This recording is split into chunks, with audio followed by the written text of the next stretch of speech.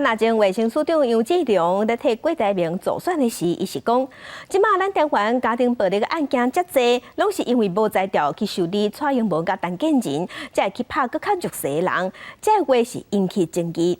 主本伊是讲，伊无讲唔对，伊无愿意回失礼，也毋过伫昨暗又发表声明，讲伊敢若会向家暴受害者回失礼，毋过绝对袂向害人民生活甲遮痛苦的蔡政府回失礼。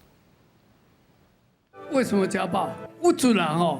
我没有办法去修理蔡英文，没有办法去修理这个陈建仁，因为他有保镖，那怎么办？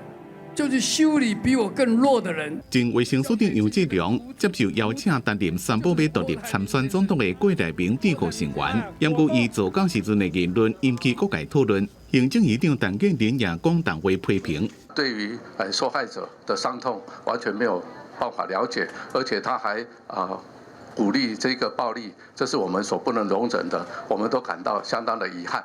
总统府发声明严正谴责，讲杨志良伫咧国民党执政时期，不担任负责全国家暴防治的首长，散播讲受害者的伤痛，为着选举乱讲话，认为杨志良应该向社会大众道歉。郭台铭已有淡薄脱稿替杨志良讲话，国警办是建议杨志良应该道歉。不过昨下昼，杨志良也阁开记者会讲，绝对袂道歉。我问你，今天这么多家暴，跟蔡英文都没有关系吗？是这总统府里面把台湾搞得水深火热，要道歉的是蔡英文，为什么我要道歉？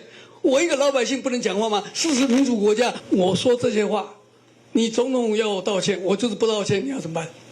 你总统派人把我抓起来吗？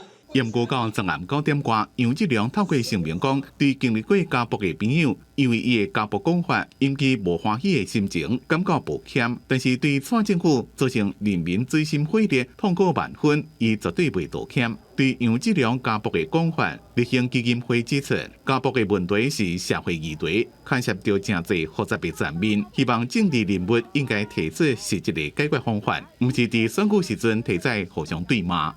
记者综合报道。